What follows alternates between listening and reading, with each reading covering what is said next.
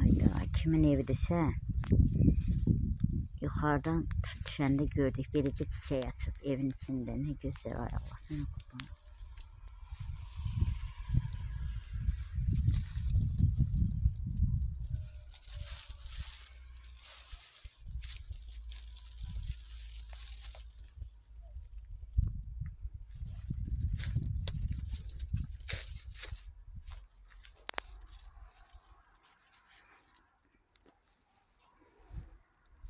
Kimin evidir bilmirəm. Amma gözəl çiçəkliyib. Bəzi yeri quruyub, bəzi yeri çiçəkliyib.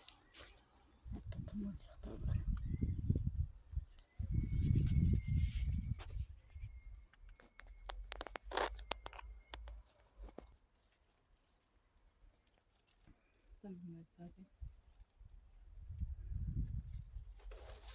Hakikaten diyor. Tomurcuk böyle bu. Bu bir tarafı tomurcukluyup. Ya o tarafı yanıp bir de bu tarafı kalıp. Olabilir yani. Kimin evidirsə deyirik bilsin, ağacı çiçəkliyib.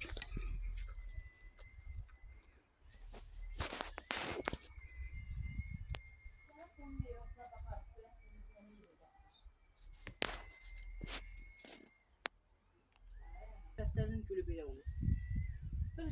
Rənginə görə mən dedim şəftəli, amma şəftəli belə yerdə bitə bilməz axı.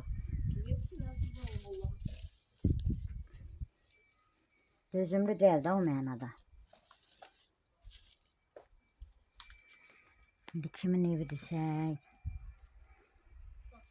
belə çəkim, amma çox dağılmayıb kimin evidirsə.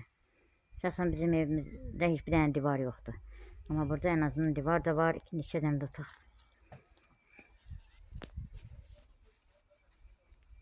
Ne güzel, ne güzel.